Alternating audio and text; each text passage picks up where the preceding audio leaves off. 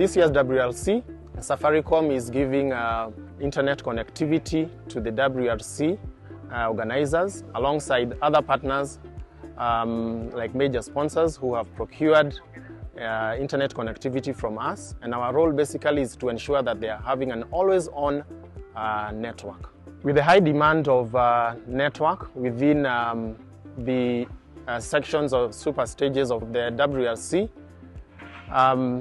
we ensure that when we are setting up the network elements, that is the cell on wheels, that as they are being set up, they are set up right and they are done well the first time. We also work hand in hand with our Service Operations Center, which monitors all network elements, including what we have introduced for this period of the event.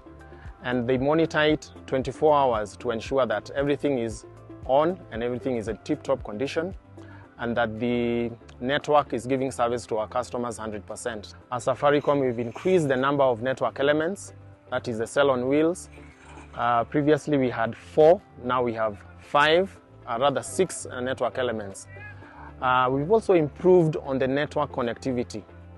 We are doing fiber connections to each and every cow that has been installed, giving that a total of 10 Gbps per cow, which is highly adequate for the use for the event. Additionally, we have also had backup with microwave equipment to ensure that also the connectivity is at its best. We work in collaboration with several teams.